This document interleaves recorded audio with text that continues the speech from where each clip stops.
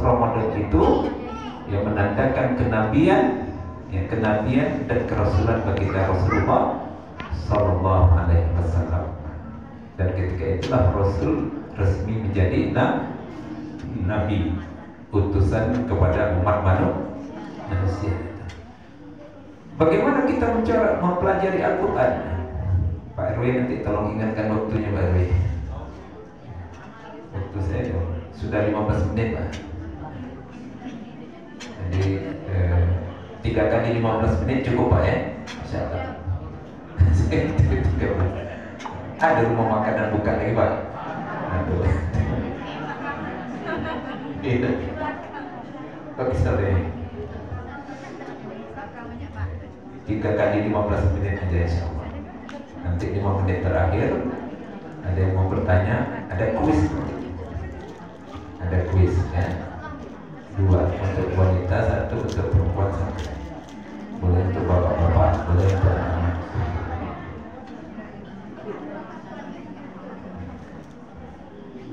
Bagian kedua dari nuzul Quran kita pada malam hari ini adalah kenapa kita harus mempelajari Al-Quran. Tadi sudah dibacakan oleh Ustaz tadi, kan? Syahrul Ramadan alladzi unzila bihil Quran hudan linnas bayyinatin minal huda wal furqan. Benar, pada bulan Ramadan inilah diturunkan Al-Quran itu, kata Allah Subhanahu wa taala. Untuk apa? Petunjuk bagi manusia.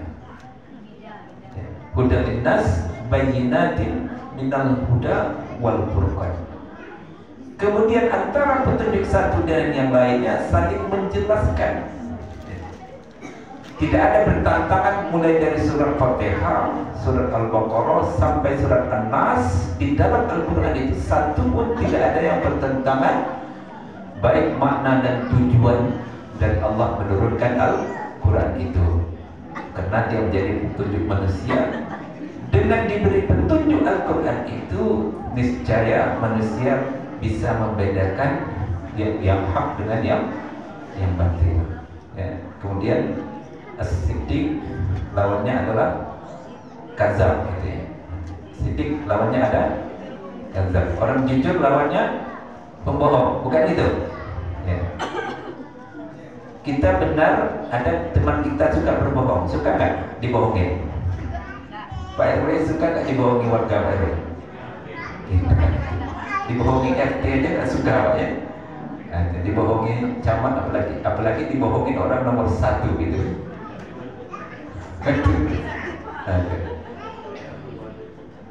Maka Al-Quran itu akan mampu membedakan dan mengembalikan, mengisi ruh dan nafsi. Kita kembali kepada ciptaan tadi.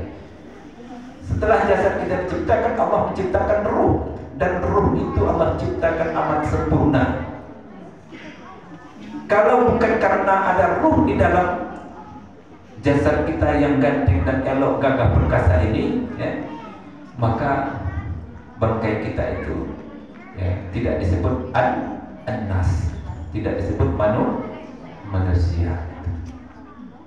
Apa sifat yang diberikan oleh Allah Subhanahu wa taala ruh di dalam jasad kita ini? Lihat surat, nanti ini PR, ya, PR, nggak usah dibilangin dulu, ya, cuma dibacain aja ya ayatnya. Apa kata Allah Subhanahu wa taala? Ruh yang ada di dalam tubuh kita ini itu yang dibesarkan oleh Allah semenjak di alam azali, sebelum ruh masuk ke dalam jiwa kita ini, ya. Alastu bi rabbikum, kata Allah Subhanahu wa taala. Ya, ruh kita itu sudah. Benarkah aku ini ruh kamu? Kata Allah menanyakan kepada ruh yang akan masuk ke dalam rahim ibu yang sudah mengandung 4 bulan. Ruh kita menjawab, qalu bala syahidna. Maka ruh kita menjawab, benar, ya. Kami bersaksi bahwa Engkau adalah Rabb kami, ya Allah. Nah, baru Allah masukkan. Nah, di dalam ruh itulah Allah titipkan, ya, wa nafsi wa ma sawwaha fa alhamaha fujuraha wa taqwaha. Nah, qad aflaha man zakkaha wa qad khaba man dassaha. Ini Ustaz tak nyebutin suratnya ya, pikir. Nanti mungkin boleh jadi kuisnya ada ditanyakan surat berapa, ayat berapa. Apa maknanya? Demi jiwa yang kami ciptakan dengan sempurna, kata Allah Subhanahu wa ta'ala.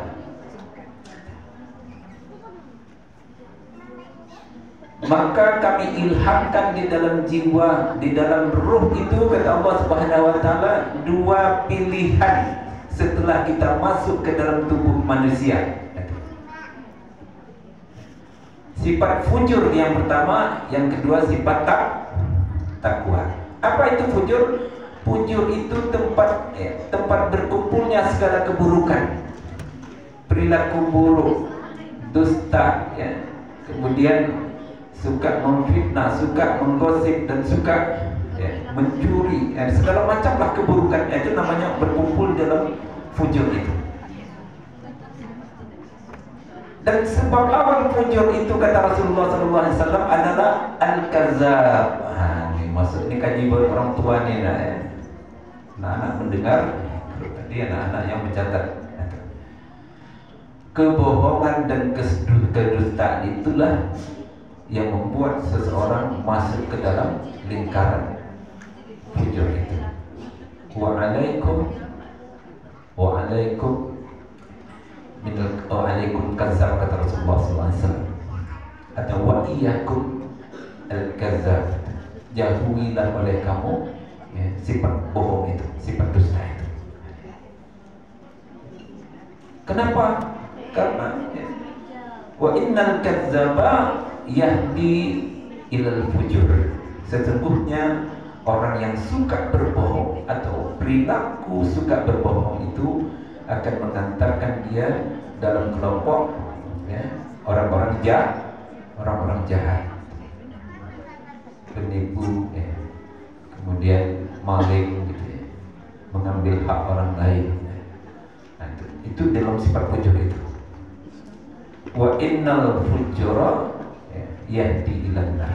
Sesungguhnya perilaku buruk itu, kata Rasulullah SAW, akan mengantarkan seseorang ke dalam neraka. Nauzubillah, semua nauzubillah. Bapak dan Ibu yang dirahmati Allah Subhanahu wa ta'ala.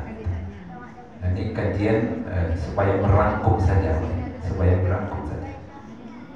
Dan apa yang harus kita lakukan untuk masuk ke dalam sifat takwa? Fa'alhamaha fujuraha wa taqwa. Apa yang harus kita lakukan? Al-Quran inilah Bapak dan Ibu yang dirahmati Allah Subhanahu wa ta'ala. Al-Quran inilah yang akan mengantarkan kita menjadi orang-orang yang bertakwa. Kumpulannya adalah al-muttaqin. Organisasi orang bertakwa itu muttaqin. Nanti ada satu pintu orang-orang yang bertakwa. Tinggal kita pilih nanti apa mau masuk bab royan karena kita berpuasa atau masuk bab orang-orang bertakwa. Kedua-duanya bebas kita memilih. Bagaimana caranya kita ambil Al-Quran itu mengantarkan kita menjadi orang yang bertakwa? Allah sudah menyebutkan kisi-kisinya di situ. Qad aflaha man zakkaha. Maka beruntunglah orang yang mensucikan ruh itu dengan memilih jalan takwa. Wa qad khaba man dassaha. Dan celakalah orang yang memilih mengotori jiwa itu dengan memilih dan melakukan sifat al-fujur. Nauzubillah, semua nauzubillah. Ini metode bagaimana kita mempelajari Al-Quran itu dari masa ke masa agar dia betul-betul menjadi petunjuk bagi kita, dan akhirnya nanti Rasul menyebutkan Al-Quran itu Al-Quranul laka, Al-Quran hujjatul laka aw alaika. Sampai nanti Al-Quran itu kita mempelajari Al-Quran itu menjadi dasar untuk kita berperilaku dan berbuat, melakukan segala perbuatan, mulai dari memandang, mencium, mendengar, mengunyah, mengayunkan tangan, melangkahkan kaki, memasukkan ke dalam tubuh kita apa yang kita pakai aja. Dimulai dengan Al-Quran. Penting nggak kita memperingati kira-kira? Sangat penting. Karena dia adalah rukun iman. Dan bagaimana cara seorang hamba akan berkomunikasi dengan rohnya kalau dia tidak bisa paham Al-Quran? Sedangkan Rasulullah SAW menyebutkan, man aroda ayyatakallama ma'allah faqra'ul Qur'an. Barang siapa yang ingin berkomunikasi, bercakap-cakap dengan Allah, maka bacalah Al-Quran, kata Rasulullah SAW.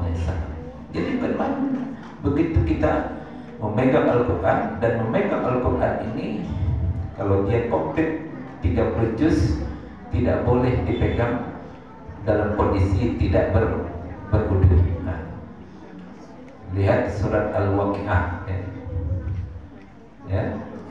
Ada yang hafal?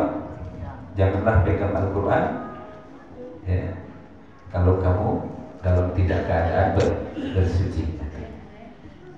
Cepat cari surat Al-Waqi'ah. Mungkin nanti kuesnya akan keluar gitu ya. Pada akhir-akhir surat Al-Waqi'ah, sebelum akhir, itu akan ada di situ. Dan Allah menginginkan menjadikan hamba-hambanya ini keluarganya di dunia ini, kata Allah Subhanahu wa taala.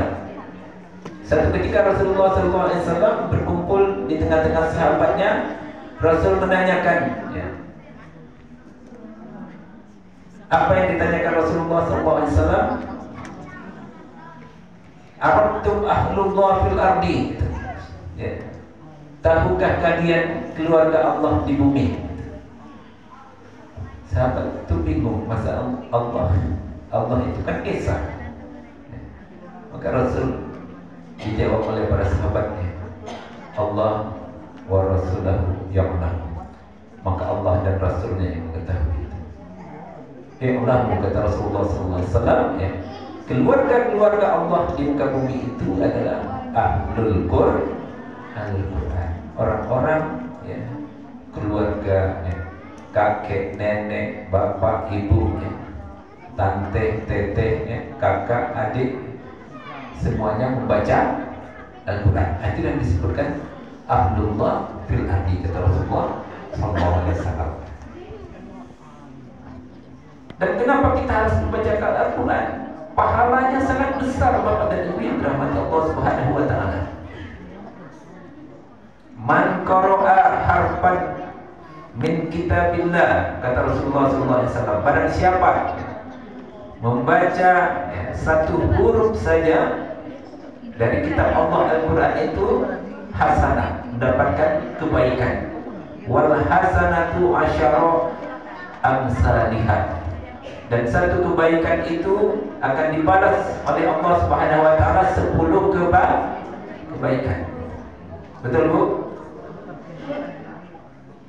Nampaknya ada banyak yang mengantuk. Ambil kopi dulu, Pak.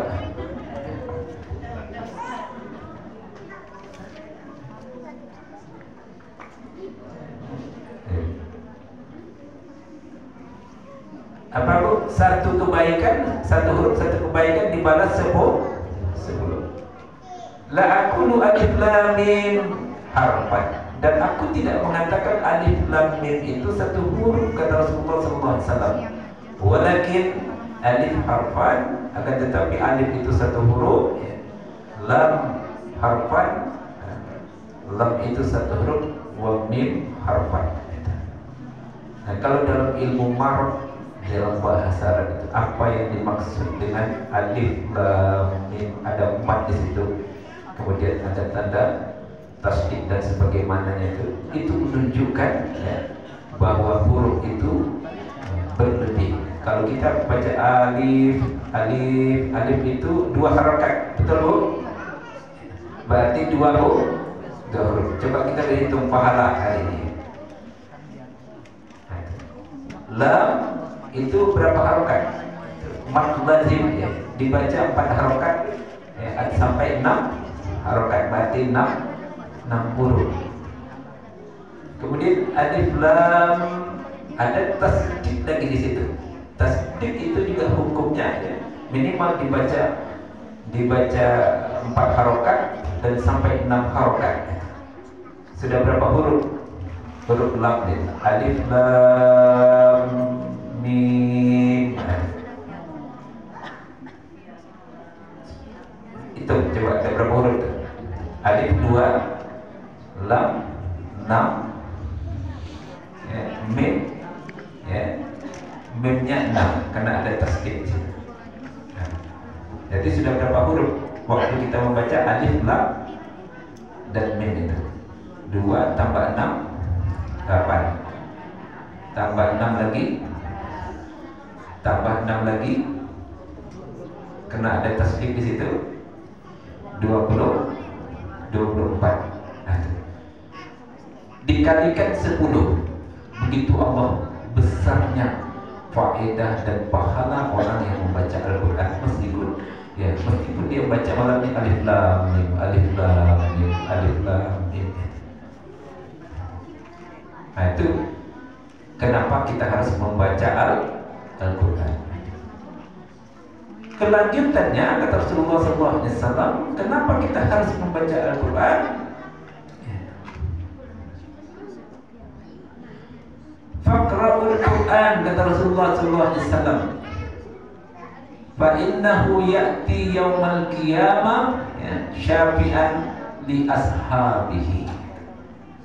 Nah ini yang saya sebutkan tadi, Al-Quran itu akan mengantarkan, mendampingi orang yang menjadi sahabatnya Al-Quran itu sampai dia masuk ke dalam syurga Allah Subhanahu wa ta'ala. Bacalah Al-Quran, kata Rasulullah SAW, niscaya sesungguhnya bacaan kamu itu nanti dari Al-Quran itu, kata Rasulullah SAW, akan menjadi penolongmu di yaumul hisab, di yaumul mahsyar, mulai masuk kubur. Al-Quran itu sudah mulai sakratul maut, Al-Quran itu sudah mendampingi orang ahli Quran itu agar dia tidak disiksa oleh malaikat Zabaniyah, malaikat mungkar dan nakir. Al-Quran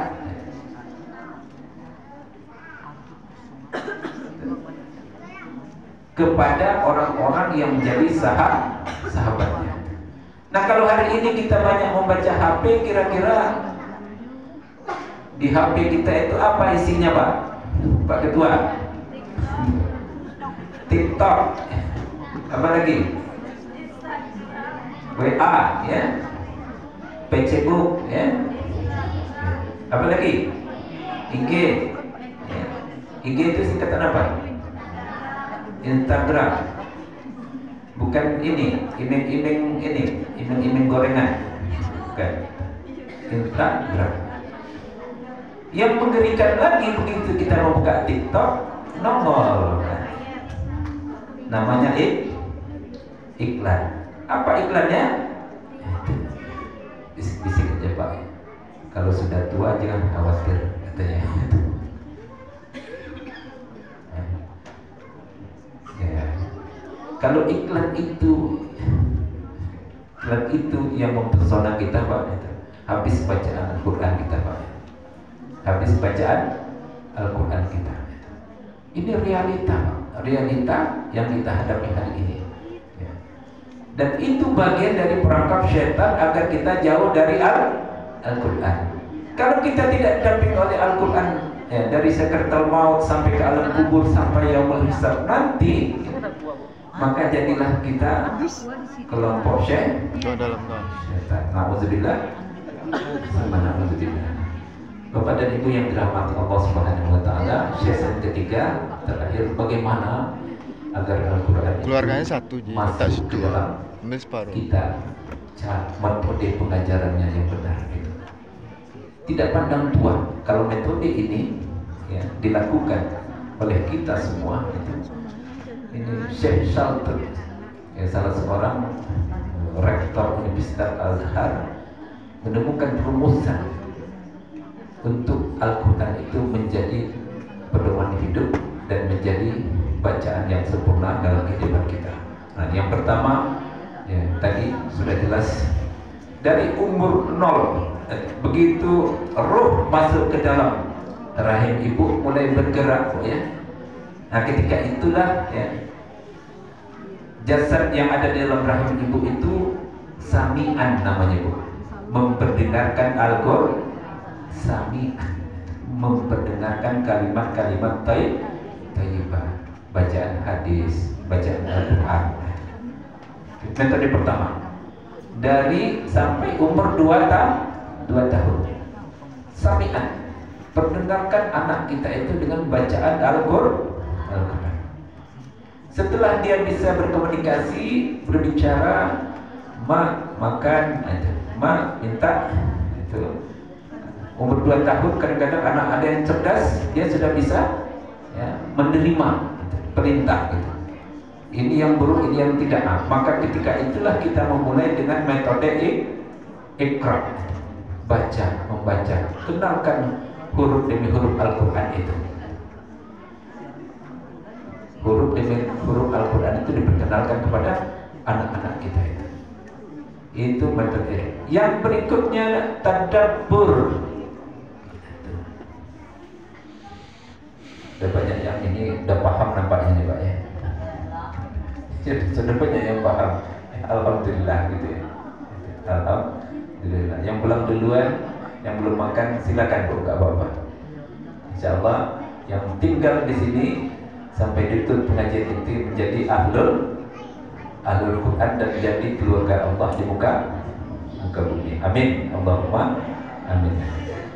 Metode kedua adalah tadabbur. Apa makna tadabbur itu? Asal katanya doroba, memaksakan, memberatkan atau memukul, Pak.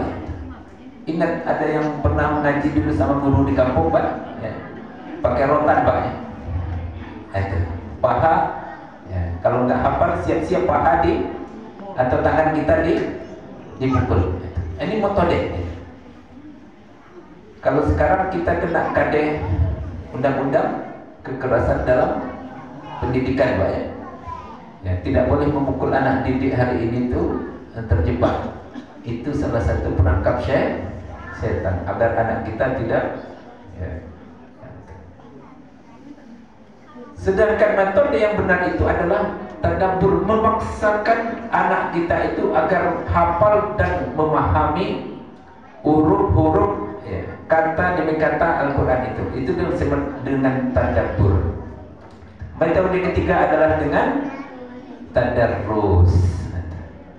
Tadarrus itu, ya, bukan semuanya membaca Bapak dan Ibu yang benar itu. Ini ada imam kita bacaannya fusha gitu kan, mengerti panjang dan pendeknya, makhraj hurufnya, ya, mengerti, kemudian bisa juga mengerti maknanya, ya, walaupun tidak semua, ya. Ada di situ mursyid gitu. Jadi tidak sembarangan membaca dalam tadarus itu.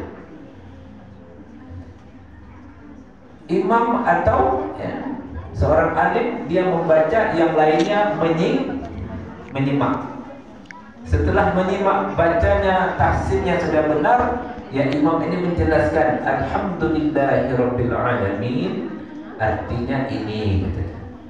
Segala puji bagi Allah, ya, sekalian alam. Ini yang namanya tadarus, Bu.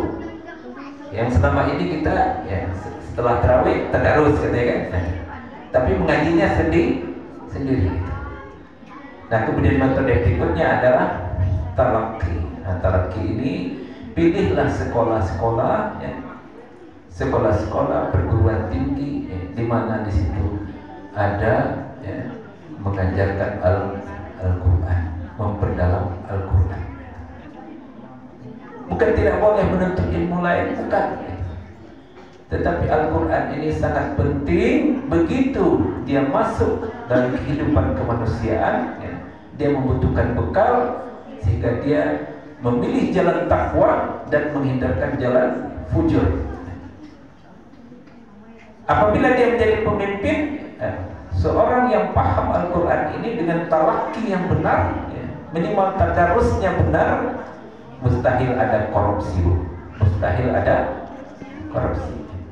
karena dia tahu benar ya, orang yang mencuri itu kata Allah Subhanahu wa taala, wasyariku wasyarikatu faqtahu yadai huma. Nah, ini Pak RW kalau ada yang mencuri Pak RW sampai nisabnya diancam, tangan kamu dipotong atau mengembalikan barang yang kamu curi. Dua pilihan itu, mengembalikan atau mencuri. Besok mencuri lagi, baru potong tangannya Pak RW, serahkan kepada. Tapi pengadilan kita karena bukan negara berdasarkan syariat, tapi dengan mendalam metode ini, jadikanlah Al-Quran itu hujjah, dasar dalam kehidupan kita, agar kita tidak melakukan hal-hal yang bertentangan dengan larangan Allah Subhanahu wa taala. Ketemu pembunuh harus dibalas dengan bunuh. Nah, begitulah kira. Ini makna sesungguhnya adalah jangan sampai terjadi pembunuhan karena konsekuensinya yang si pembunuh akan dibunuh kembali. Maka Allah menginginkan dengan berita atau hukum yang ada dalam Al-Quran itu agar kita tidak melakukan pembunuhan itu. Itu yang dimaksudnya. Bapak dan Ibu yang dirahmati Allah Subhanahu wa taala, sudah sesuai dengan janji saya, 3 kali 15 menit sudah selesai, dan sekarang masuk kepada kuis. Hanya 2 saja gitu ya. 2. Tolong sebutkan surat yang Ustaz bacakan tadi ya. Wa nafsiu wa masawwaha fahalhamaha fujuraha wa taqwaha. Itu dalam surat apa? Berdiri di sini. Surat Asy-Syams. Betul? Ya. Betul Pak. Wasyamsi wadduhaha wal laili wan nahar. Coba teruskan. Wasyamsi wadduhaha wal qamari idza talaha wan nahari idza jallaha wa nafsiu wa ma sawwaha fa alhamaha fujuraha wa taqwaha qad aflaha man faqad khaba man dassaha. Kes. Temukan, jangan pegang Al-Quran itu kalau tidak berwudu. Perempuan, ya cepat. Perempuan ya, anak perempuan. Ayo cepat-cepat, waktunya sudah habis. Jadi Al-Quran itu menjadi petunjuk bagi manusia. Siapa nama? Aisyah. Wah, masya Allah. Bunda Siti Aisyah radhiyallahu anha. Sebutkan di metode tadi apa? Pertama, umur dalam kandungan mendengarkan. Kedua,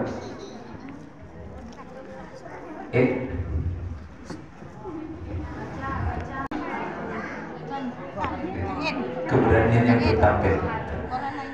Ya. Jadi anak solehah ya. Jika kita kupas Isra wal Mi'raj tentang nuzul Quran ini, sesungguhnya tidak cukup waktu buat kita. Tapi paling tidak ya, kita yang berusia sudah lansia Pak ya, sudah lansia. Saya sudah lansia, umur 62 tahun. Apalagi yang harus kita pikirkan tentang dunia ini, kecuali mencari teman ya. Istri kita yang elok itu Pak tidak maunya menemani awak dalam kubur depan. Bu, bapak awak dan ganteng, suami awak yang ganteng itu mati awak, tidak maunya masuk ke dalam kubur itu. Tapi begitu kita menjadikan Al-Quran sebagai sahabat kita, maka Al-Quran itu akan menemani kita ya, sampai kita ke dalam kubur. Jadikan Al-Quran itu sebagai sahabat dan pemimpin kita ya, dalam kehidupan ini. Niscaya Al-Quran itu akan membela kita. Mari kita sambung doa imam tadi ya, dengan sama-sama mengambil tabaruk Al-Quran dengan doa ya, dalam bentuk syair, ulama merangkai doa, ya, sebagaimana yang dianjurkan oleh baginda Rasulullah SAW. Idza taqra'ul Quran, ketika kamu baca Quran, yad'u alaih, dan jangan lupa berdoa atasnya. Doa yang dirangkai oleh para ulama, ya, sebagaimana telah dibaca separuh oleh imam kita tadi itu, mari kita coba lantunkan. Bismillahirrahmanirrahim. Allahumma arhamna bil Quran waj'alhu lana imaman wa nura wa hudan wa rahmah. Allahumma zakkirna minhu ma nasina wa 'allimna minhu ma jahilna warzuqna tilawatahu ana al-layli wa atrafan nahar waj'alhu lana hujjatan ya rabbal alamin. Usahakan setiap membaca Al-Quran sebelum atau sesudahnya dibaca doa ini, Pak RW, ya. Tolong ingat, saya titip kepada Pak RW untuk menyampaikan ini kepada warganya. Demikian yang lebih dan kurang mohon dimaafkan. 1 jam saya sudah duduk di sini. Semoga Allah Subhanahu wa Ta'ala membukakan pintu keberkahan kepada kita semua dengan seraya, ya, bermohon kepada Allah Subhanahu wa Ta'ala ditutup dengan membaca doa kafaratul majlis. Subhanakallahumma wa bihamdika asyhadu an la ilaha illa anta astaghfiruka wa atubu ilaik. Wabillahi